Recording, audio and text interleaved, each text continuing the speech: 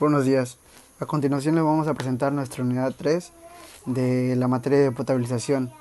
Nosotros somos de la carrera de Ingeniería Ambiental y nuestro equipo está conformado por Maya del Ángel Joel, Sánchez Vadillo Cristina Lisset, Solismar Juan Antonio y un servidor, José Isaí Reyes Bautista. Nuestra unidad está conformada por 10 temas, de los cuales yo les voy a presentar los primeros 3. El primer tema tiene por nombre el tratamiento de preliminar del agua. Se tiene por definición que el tratamiento preliminar del agua es la remoción de sólidos y arenas que son visibles para el ser humano, con el fin de mejorar el aspecto estético de las aguas, así como también cuidar y prevenir lo que son los equipos y las bombas con los cuales se lleva a cabo este proceso. Otro nombre que recibe este proceso es el desbaste, el cual es una operación unitaria física que se utiliza para remover los sólidos de gran tamaño. En la imagen que se presenta podemos observar el primer punto, que es el pretratamiento, donde se pueden apreciar mallas y rejillas, que son las que se encargan de delimitar el paso de los sólidos de gran tamaño.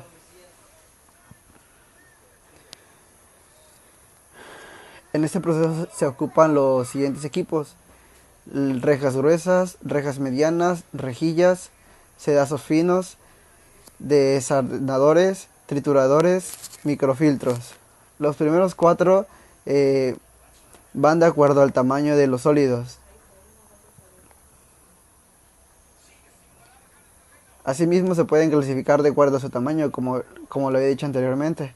Las rejas gruesas, que son para tamaños grandes, medianas, y rejillas, que son para los más chicos.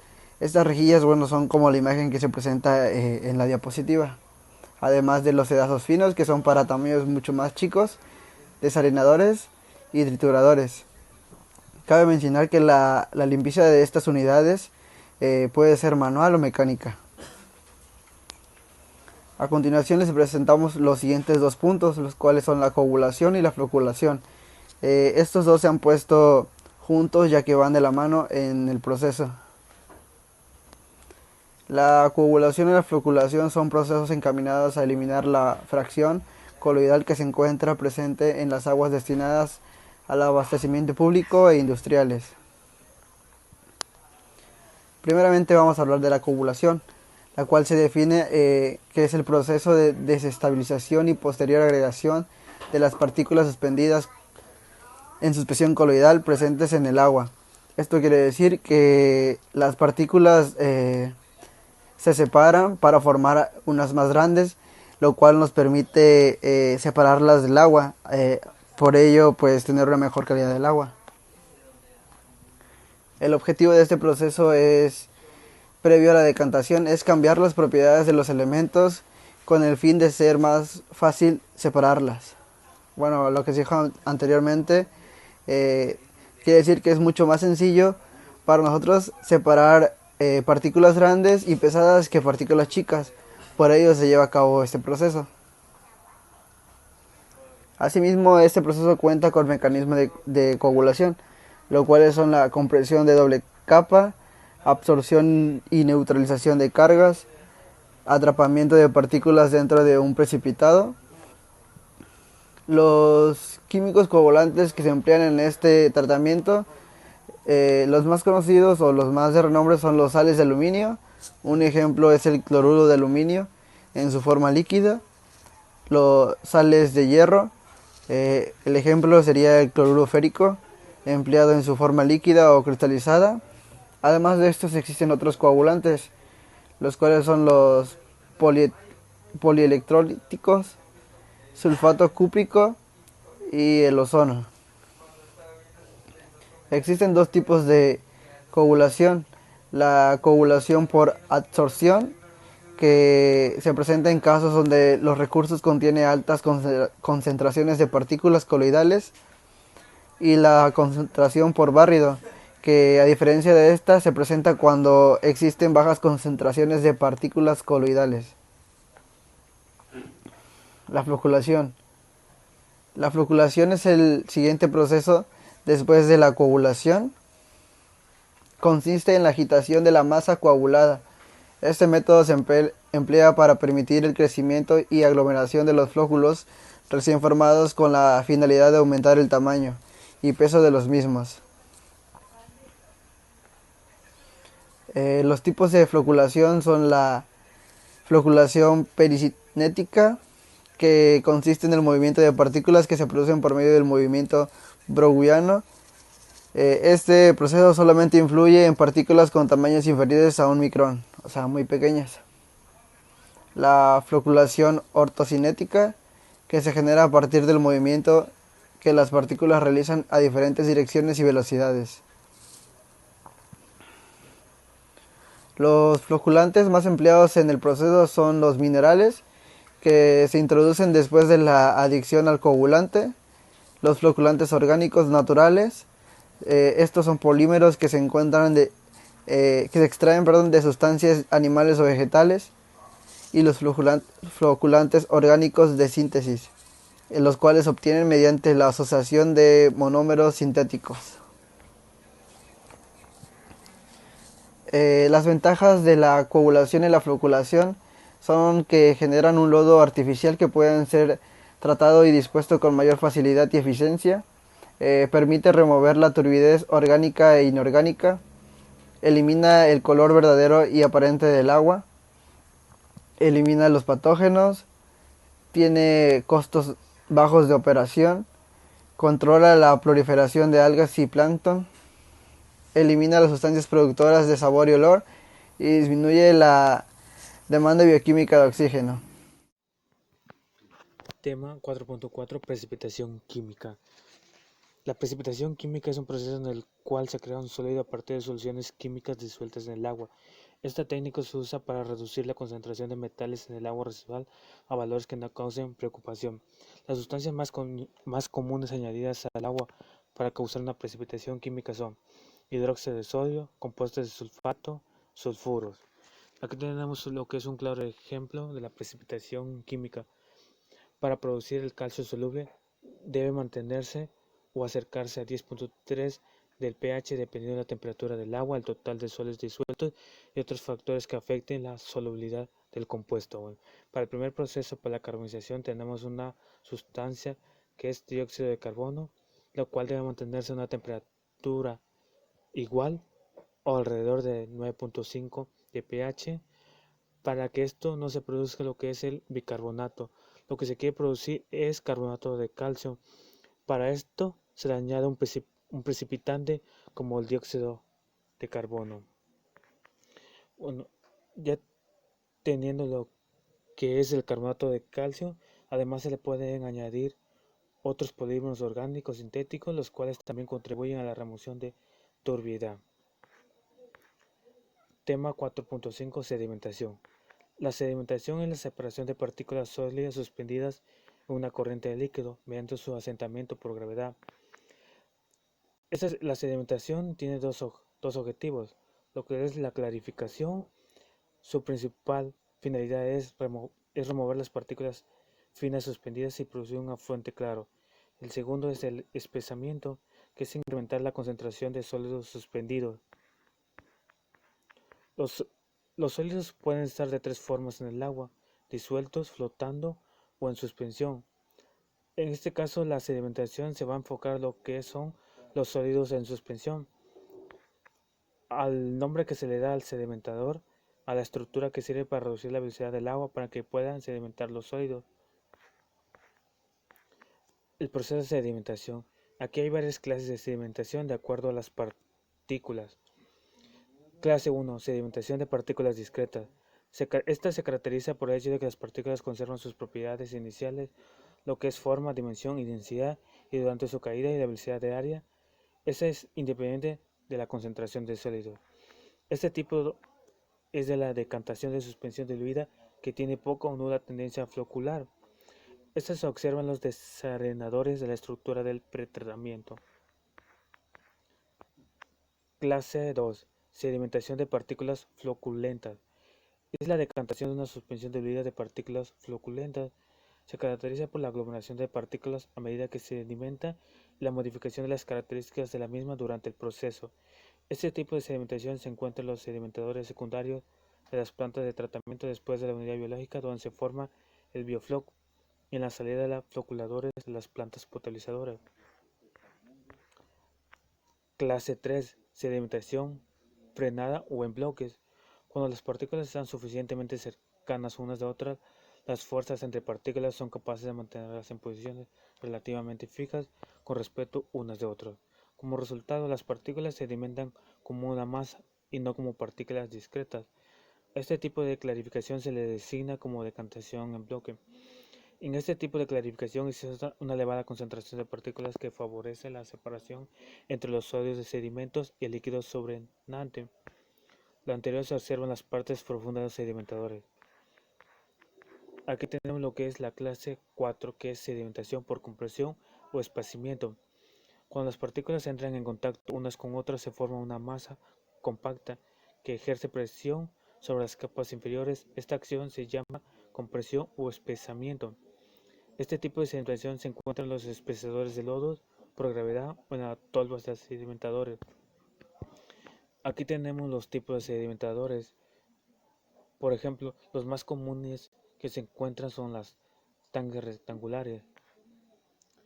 Estos se emplean en la clarificación y presentan limitaciones en la remoción de sólidos, a menos que se realicen diseños especiales para una eliminación más rápida con los diseños estándar. Pueden ser implementados como una sola unidad o varias con una pared común entre todas ellas, lo que quiere de un área disponible menor. Las regiones geométricas comunes para las unidades rectangulares son longitud ancho de 3, 1 o más, ancho profundidad 1, 1 o 2, 25, relación con 1. Las profundidades típicas cuando se emplean esos tanques son de 2.4 a 3 metros. Aquí tenemos lo que es un claro ejemplo de los sedimentadores rectangulares, tanques circulares. Este tipo de tanque, el modelo de flujo es radial. Para generar este modelo, el agua residual se introduce por el centro o por la superficie del tanque. Los diámetros de las unidades circulares varían en un amplio rango de 3 a 60 metros. La profundidad del agua en el tanque es de 2 a 3 metros, también puede tener alturas hasta 4 metros o más. La pendiente del piso más común para un sedimentador con mecanismo de rastras es de 1 a 12. Cuando se usa el tanque como espesor, los pendientes son de 2 a 12 o más. En el centro del tanque la profundidad es mayor, ya que se trata de un depósito para la compactación de los lodos. Aquí tenemos lo que es un claro ejemplo de sedimentador circular. A mí me tocó el punto 3.7, que es el punto de filtración. Bueno, se define como filtración al proceso o etapas para potabilizar el agua que está compuesta por diferentes pasos. Estos pasos empiezan de captación, coagulación, decantación, filtración, cloración, alcalinización y almacenamiento. Bueno, yo les puse aquí una imagen donde les muestro diferentes tipos de procesos, empezando por el proceso de potabilización y el proceso de depuración. Esto es un ciclo sin fin, es desde que empieza hasta que termina el proceso. Bueno, como ya les había mencionado, es un proceso que empieza por captación, después de ahí sigue a la coagulación, después de ese paso sigue a la decantación. Una vez en ese paso ya empieza lo que es la filtración para después posteriormente seguir el siguiente paso que sería cloración. Una vez en cloración se empieza a alcalinizar el agua. Una vez que el agua ya está alcalinizada y lista, ya empieza la distribución para hacerla agua potable. Bueno, una vez que nosotros le damos uso en nuestra casa, en nuestro hogar, en donde estemos, comienza a partir de ahí un proceso de depuración. Este proceso de depuración consiste en un pretratamiento que incluye lo que es un tamizado, desengrasado y entre otros. aquí como les muestran en la imagen, aquí se ve cómo el agua pasa diferentes tipos de filtros, se le podrían llamar, para quitarle lo que son los eluyentes, ya sea locales, de grasa, entre otros. Una vez que estamos en este punto, pasa al siguiente paso, que sería la sedimentación. En este paso siguen los últimos dos, que es la aireación, perdón, y por último la clarificación. Y una vez en este último paso pasa nuevamente al río, entonces es un ciclo sin fin. De ahí se empieza a repetir una y otra vez. Bueno, tanto para estas aguas residuales de origen doméstico, ya sea agrícolas o industriales, como para procesos de tratamientos de agua potables, es que pueden estar destinados para el consumo humano, consiste en un proceso de filtración donde se llevan diferentes procesos para estas aguas que requieren ser tratadas con diferentes tipos de procesos. Un ejemplo pues sería el acondicionamiento de aguas residuales, que en este caso aquí les estoy mostrando en la imagen cómo es el proceso que consiste el agua para llevar a los hogares y su inicio y su final. Bueno, también hay algunas personas que tienen los recursos para comprar diferentes tipos de filtros. Entonces, esos son unos filtros muy buenos, pero son sus servicios muy altos. La verdad, muy poca gente o casi nadie los compra debido a que sus servicios o mantenimientos son muy costosos, al igual que si se les echa a perder, la reparación es un poco cara. Pero lo que sí debemos tener en cuenta es que estos filtros son muy buenos. De hecho, es comprobado que un 90% mejor que los comunes, porque a los comunes no se les da un mantenimiento constante a los filtros. Entonces en este pues ya sería un personalizado que pues cada quien buscaría tener algo mejor. Este filtro se compone, por mencionar un ejemplo, que ese es un filtro de 4 litros, contiene un tanque superior, una tapa extraíble, un prefiltro, trae 4 cartuchos de capa de etapas de filtración, un tanque de cristal que lo contiene piedras minerales para también funcionar como un filtrante, el grifo y una base de plástico. También las personas pueden crear su propio filtro debido a que pues salgan a un lado a acampar, por mencionar un ejemplo.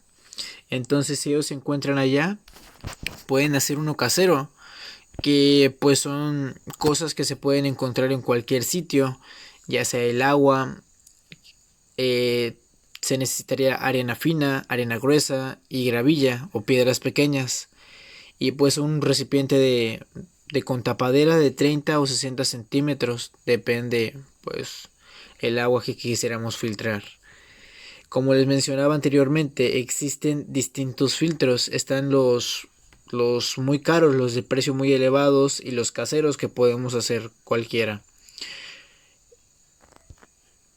Bueno, también les voy a mencionar sobre la clarificación. La clarificación es un proceso del agua que tiene como objetivo retirar los sólidos suspendidos sólidos, finalmente divididos con los materiales coloidales, convirtiéndolos en partículas más grandes que se puedan remover con mayor facilidad, que se puedan extraer más que nada del agua. Bueno, aquí yo les puse una imagen con un proceso de clarificación donde se muestra claramente el proceso, cómo funciona, la técnica que se emplea. Como vemos, es una técnica ampliamente difundida en la remoción de turbiedad. ¿Qué quiere decir eso? Esto pues se produce debido a la turbiedad. El color del agua nos indica lo que es la utilización de coagulantes o polioelectrolitos. Estos provocan que las finas partículas determinen la turbiedad donde se agrupan, formando folículos cuya participación y remoción sea mucho más visible. Como ya les había mencionado anteriormente, hace que el objeto se vaya agrandando. Entonces, dado a esto, se puede retirar con mayor facilidad. Existen diferentes tipos de procesos de clarificación o desinfección del agua. Algunos procesos físicos más utilizados para la desinfección del agua es la luz ultravioleta, que se da más que nada en la potabilización del agua. También tenemos la fotocálisis, la radiación electrónica, los rayos gamma, el sonido y el calor, por mencionar algunos. Pues bueno, eso sería mi punto. Tema 3.8. Desinfección. Como todos sabemos, el agua ha servido como vía de transmisión de enfermedades. Muchos microorganismos causan mal olor y sabor al agua, además de producir capas de musgo, cieno y moho en los cuerpos de agua, almacenamiento, instalaciones de tratamiento y conducción. Los principales grupos de interés en el agua potable y sistemas de abastecimiento son las bacterias, virus, hongos, mohos, algas, protozoarios y helmintos o lombrices parasitarias. Dentro de los protozoos tenemos la enfermedad giardiasis, producida por Giardia lamblia. Virus como la hepatitis A y el virus rotavirus, causante de diarreas y vómitos. Algunas bacterias como la Vibrio chalerae, causante de la enfermedad del cólera. La acción de los desinfectantes se ha pretendido explicar por 4 mecanismos, que son el daño a la pared celular, la alteración a la permeabilidad de las células, alteración de la naturaleza coloidal del protoplasma y la inhibición de la actividad enzimática. Como se muestra en la imagen, el método del cloro es el principal método utilizado para la etapa de desinfección, ya que altera las proteínas de las células, la permeabilidad y el ciclo de Krebs de los microorganismos. Existen diferentes tipos de métodos para la desinfección del agua. Se pueden dividir en métodos químicos y métodos físicos. Entre los métodos químicos encontramos el hipoclorito de sodio, gas cloro y derivados del cloro. Su característica principal es que es el método más utilizado para la desinfección del agua. Como ventaja, el cloro se puede aplicar para la desactivación de la actividad de la gran mayoría de los microorganismos y es relativamente barato. La principal desventaja es que puede generar trihalometanos, que pueden ser cancerígenos. También existe el peróxido de hidrógeno. Su principal característica es que desactiva los organismos patógenos del agua por oxidación. Su ventaja es que es natural y no causa daño al ambiente. Además, no irrita la piel como el cloro. Es de bajo costo y fácil de adquirir. La desventaja es que la efectividad del peróxido depende de su capacidad para liberar iones de hidrógeno. Dentro de los métodos químicos también encontramos el ozono. Después de la cloración, es el método de desinfección más frecuentemente empleado. La ventaja es que el gas ozono se genera en la misma área de utilización. Y la desventaja es que el ozono no se disuelve en el agua de la misma manera que el cloro. Las plantas de tratamiento de agua deben utilizar técnicas de mezclado complejas para poder desinfectar el agua con ozono. Esto hace que el proceso sea mucho más complicado que el tratamiento con cloro. Dentro de los métodos físicos encontramos la radiación ultravioleta, que es producida por lámparas que emiten radiación con una frecuencia de 250. La ventaja es que la desinfección de la luz UV es eficaz para la desactivación de la mayoría de los virus, mientras que la desventaja es que la baja dosificación puede no desactivar eficientemente algunos virus, esporas y quistes. Y por último tenemos el método de calor, que es muy utilizado en procesos de pasteurización. La ventaja es que es fácil de emplear y la desventaja es que no tiene elevada efectividad como el resto de los métodos. Etapas en el proceso de diseño de las estaciones de cloración. La primera etapa es el almacenamiento del cloro. El almacén debe incluir un equipo de grúa para movilizar el cilindro en caso de que cloro líquido embotellado a presión o en cilindros de 1 tonelada. Los sistemas de medición. Los cloradores a gas son los más utilizados en las plantas de tratamiento porque son más eficientes que los hipocloradores. Sistemas de inyección. Los sistemas de inyección son los más utilizados debido a que presentan alta precisión en la dosificación, no son influenciados por los cambios de temperatura. Sistemas de control. Cuando se emplea un equipo automático, contienen los sensores que miden la dosis de cloro residual en el efluente de la planta. En la imagen podemos observar un clorador a gas, donde podemos observar el agua a filtrar, el inyector, la entrada a gas, el clorador y el agua saliente ya desinfectada.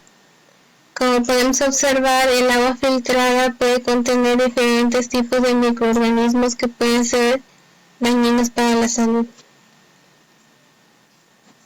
El siguiente tema es la eliminación del olor. El olor puede ser originado por distintas causas que pueden encontrarse ya sea en su origen, en su tratamiento o en la propia red de distribución.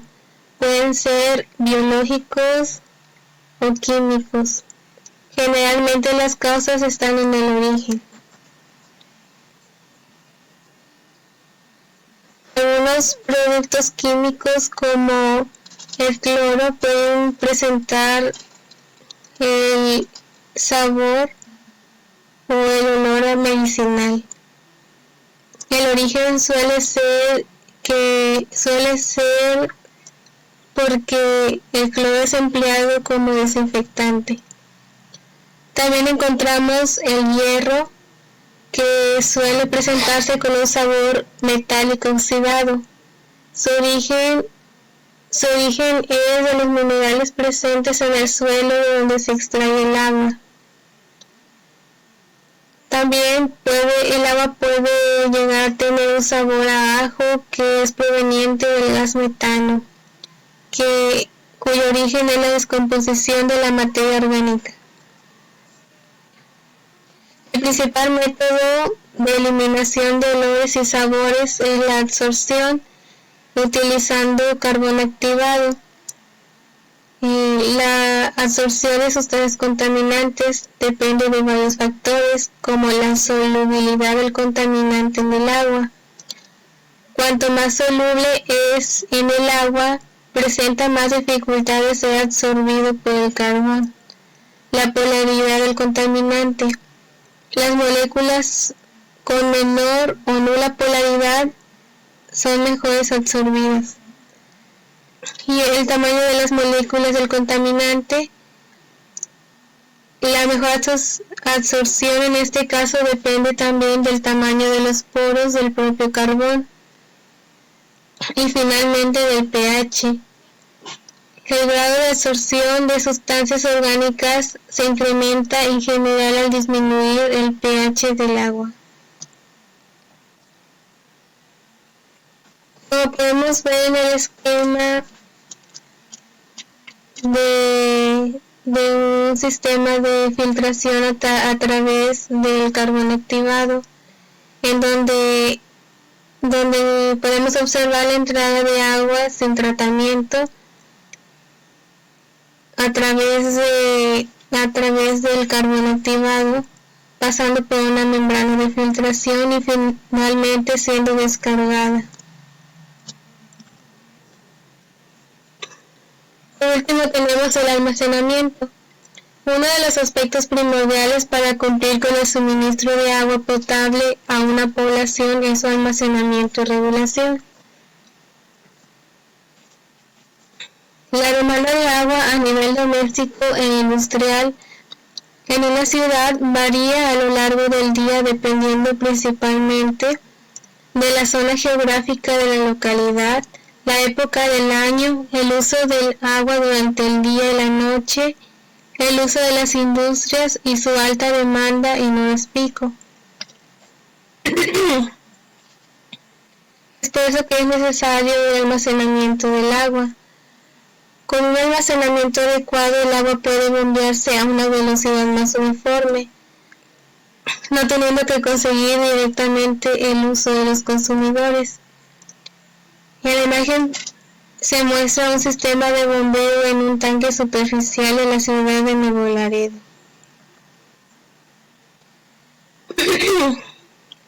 Existen tanques elevados. Estos tanques se utilizan cuando la topografía del terreno es plana. Se pueden construir de concreto o de acero. Generalmente la mayoría de los tanques elevados se diseñan para operar en conjunto con el sistema y en otras palabras, se conectan directamente a las líneas principales.